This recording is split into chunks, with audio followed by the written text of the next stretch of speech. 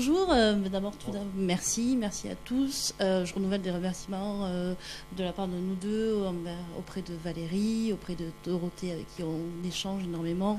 Ces personnes, vous le savez aussi, puisque vous êtes auteurs pour la plupart, nous permettent d'améliorer grandement la qualité de nos cas. Des remerciements qui s'adressent également à Charlotte Patz, qui a été notre contact chez Comptoir des Cotonniers, qui nous a aidé à obtenir des informations.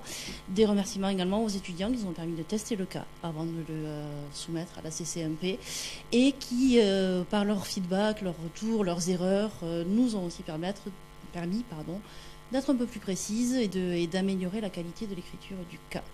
Pour rebondir un petit peu sur ce qui a été dit ce matin, un petit mot sur la forme. Le cas est original parce que suite à nos échanges l'an dernier, on avait vu qu'il y avait des nouveaux formats qui se développaient. C'est un cas qui est écrit sous forme d'un dialogue entre deux étudiantes d'école de commerce. Vous voyez l'imagination débordante qu'on a pu avoir,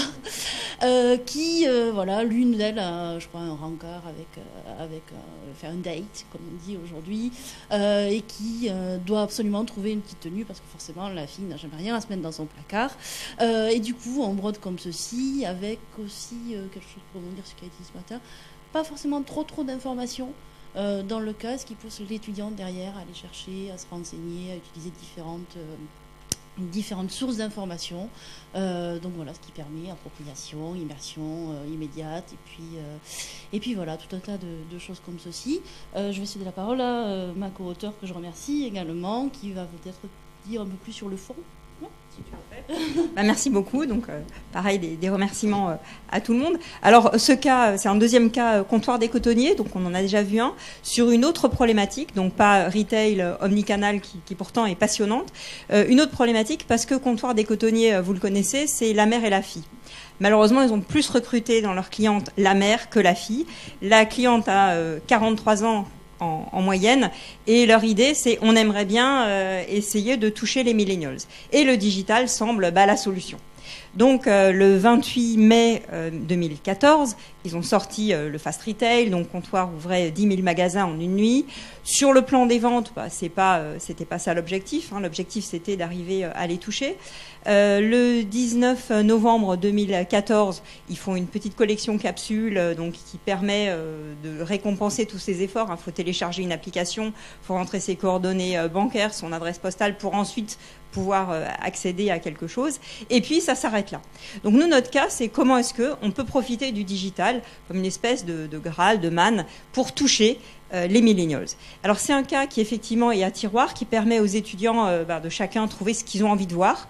À part une étudiante angoissée qui me dit « mais il va falloir inventer la suite du dialogue, je ne sais pas écrire comme ça ».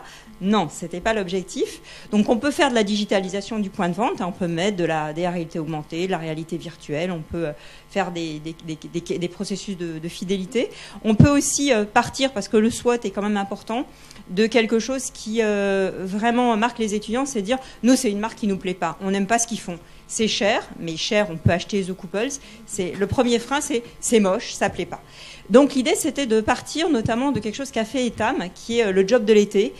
C'est un casting de maillot de bain et vous gagnez le plaisir d'aller 15 jours en Californie ou dans des plages qui font rêver pour essayer des maillots de bain. Donc on a dit, on va essayer une possibilité, c'est de partir on va sélectionner des blogueurs.